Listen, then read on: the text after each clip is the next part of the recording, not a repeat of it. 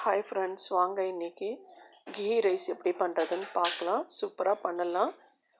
கொஞ்ச நேரத்தில் ஆகிடும். எப்படி பண்ணுறதுன்னு பார்க்கலாம். ஒரு குண்டா அடுப்பு மேலே வச்சுருங்க. அதுக்கு ஒரு கரண்டி அளவு எண்ணெய் போட்டுக்கோங்க.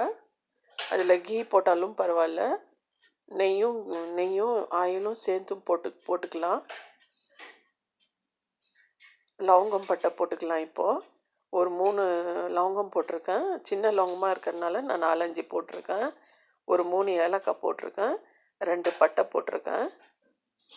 அது நல்லா வெடிச்சதுக்கப்புறமா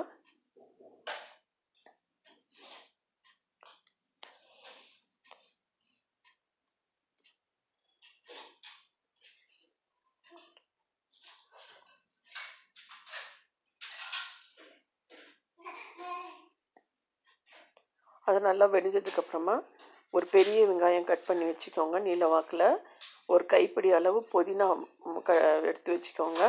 கொத்தமல்லி ஒரு கைப்பிடி அளவு, ஒரு 3 பச்சை மிளகாய் கீரி போட்டுக்கோங்க. அந்த ஆயிலில் போட்டுருங்க. இதுவும் நல்லா கலந்து விடுங்க. ஒரு நிமிஷத்துக்கு நல்லா கொஞ்ச நேரம் எல்லாமே சுருண்டி வரட்டும். அது வரைக்கும் கொஞ்ச நேரம் வதக்கிட்டே இருங்க. பாருங்கள், கலர் மாறிடுச்சு, நல்லா வதங்கிடுச்சு. ஒரு 2 ஸ்பூன் இஞ்சி பூண்டு பேஸ்ட்டு போட்டுக்கலாம். நான் 3 டம்ளர் அரிசி போட்டிருக்கேன். அதுக்கு 2 ஸ்பூன் பெரிய ஸ்பூன் இதில் 2 ஸ்பூன் இஞ்சி பூண்டு பேஸ்ட்டு போட்டிருக்கேன்.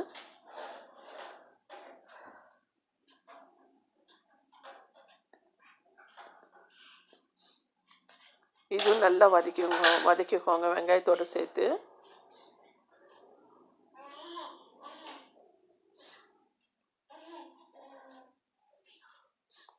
ஒரு நிமிஷத்துக்கு நல்லா இஞ்சி பூண்டு வாசனைலாம் போகட்டும்.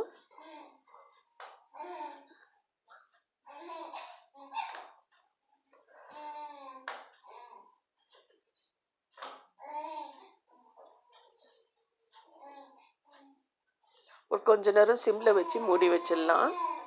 நல்லா வதங்கட்டும். இப்போ பாருங்கள், நல்லா வதங்கிடுச்சு. இப்போ 3 டம்ளர் அரிசிக்கு நான் 6 டம்ளர் தண்ணி போடுவேன். கொஞ்ச நேரம் நல்லா வதக்கிக்கோங்க.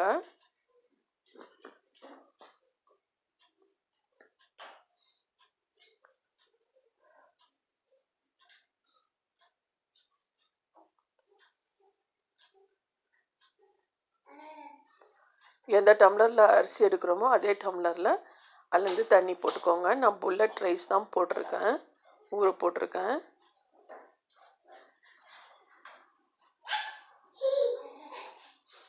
கொஞ்சம் நல்லா சாஃப்டாக வேணும்னா சாதம் உங்களுக்கு இன்னும் கொஞ்சம் அதிகமாக போட்டுக்கோங்க தண்ணி. ஒரு 1/2 டம்ளர் தண்ணி இன்னும் ஜாஸ்தியாக வேணும்னா போட்டுக்கோங்க. நான் 3 டம்ளர் அரிசிக்கு 1.5 ஸ்பூன் உப்பு போட்டிருக்கேன். இது சின்ன ஸ்பூனு. 2 டம்ளர் அரிசிக்கு 1 ஸ்பூன் போட்டால் கரெக்டாக இருக்கும். நான் 1.5 ஸ்பூன் போட்டிருக்கேன். இந்த தண்ணி நல்லா கொதித்து வரட்டும். அது வரைக்கும் கொஞ்சம் நேரம் மூடி வச்சிடலாம்.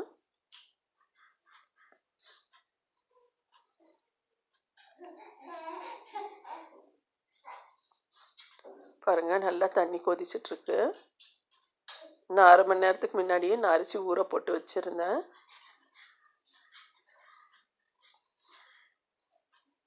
அரிசி நல்லா கழுவிட்டு தண்ணி இல்லாமல் வெறும் அரிசி மட்டும் போடலாம் எடுத்து அதில்.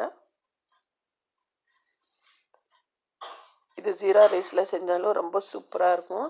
ஜீரா ரைஸில் நீங்கள் செஞ்சிங்கன்னா இன்னும் கொஞ்சம் தண்ணி கம்மி பண்ணிக்கோங்க. 1 டம்ளர் அரிசிக்கு 1.25 டம்ளர் தண்ணி போட்டால் போதும் ஜீரா ரைஸ்க்கு.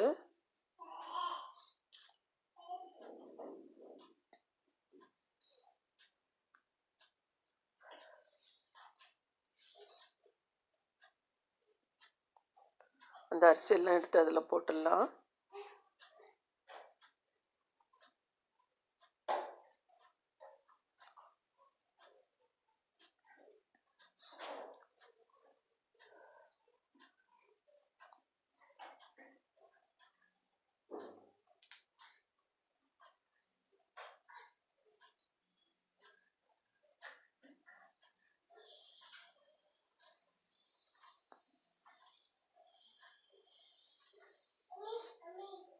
இப்போ கொஞ்ச நேரம் மூடி வச்சிடலாம். ஃபுல்லாக மூடாதீங்க, சும்மா கொஞ்சமாக திறந்து விட்டு மூடி வைங்க. பாருங்கள், தண்ணியெலாம் நல்லா ட்ரை ஆயிடுச்சு. கொஞ்சமாக தண்ணி இருக்கும்போது இந்த மாதிரி கலந்து விட்டு தம் போட்டுடலாம்.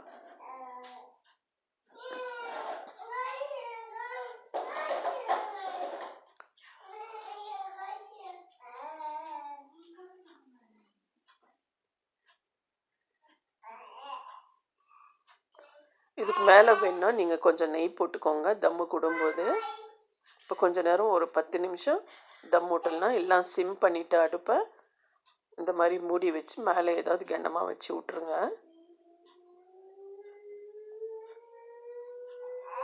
ஒரு 8 நிமிஷம் இல்லைன்னா 10 நிமிஷம் விடுங்க தம்முக்கு.